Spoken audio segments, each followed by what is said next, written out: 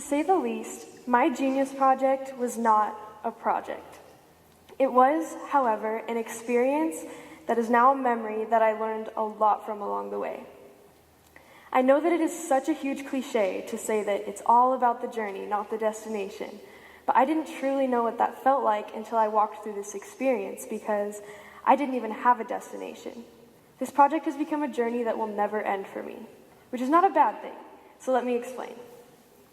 The first 10 months or so of my project, I was stuck in this endless cycle of coming up with an idea, telling people about it, getting excited about it, brainstorming what I could do, and then something would happen. I wouldn't want to do it anymore for whatever reason, and the cycle would start all over again.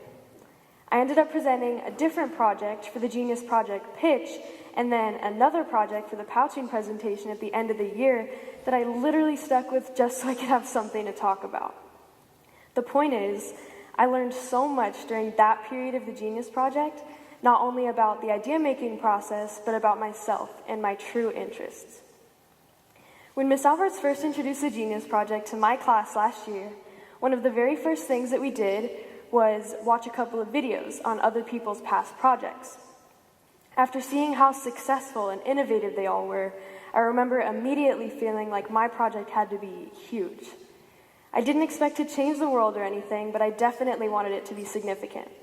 Needless to say, I did not come up with an idea to fit those standards, which is ultimately why I ended up switching from idea to idea over and over and over again.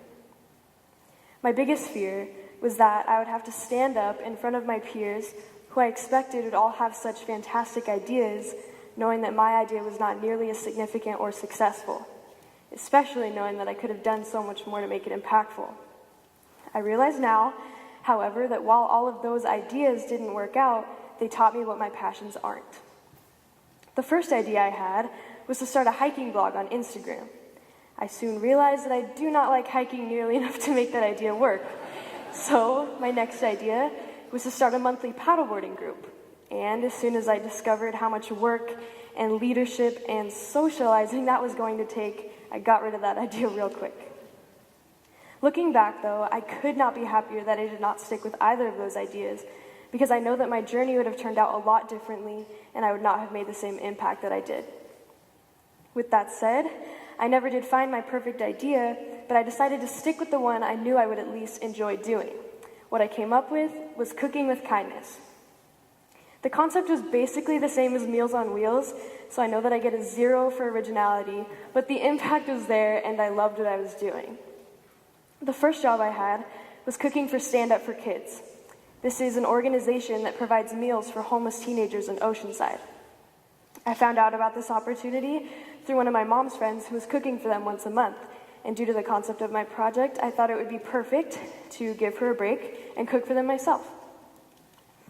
I ended up cooking for them twice. The first time I made sloppy joes, which never disappoints, and the second time homemade macaroni and cheese.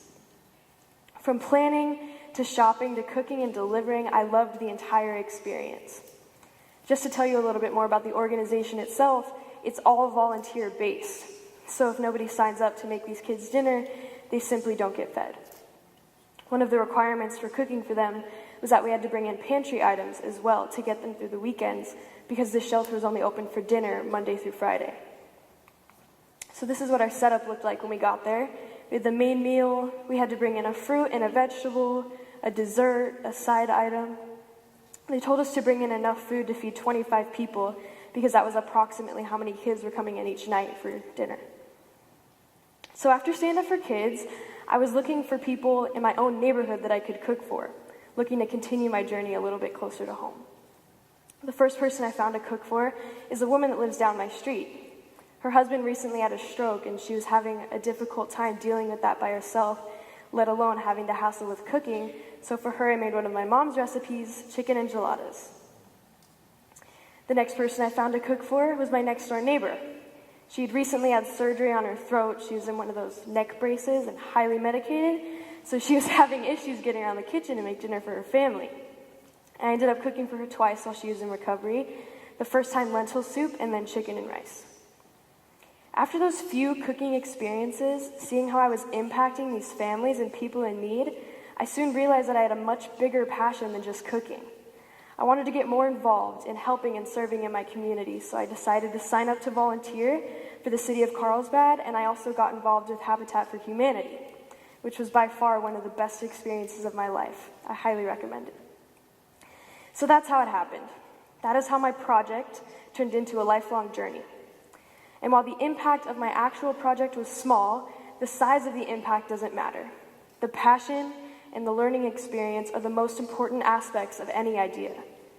Quite possibly the most important lesson that I learned amidst this project is that people aren't born with passions. New experiences broaden our knowledge and our interests. With that said, there will of course always be challenges, but I encourage all of you, do not be discouraged when your ideas fail, or even when your idea is the failure. Make the absolute most of every experience. Focus on what you learned and how you grew, and identify what your passion isn't. Thank you.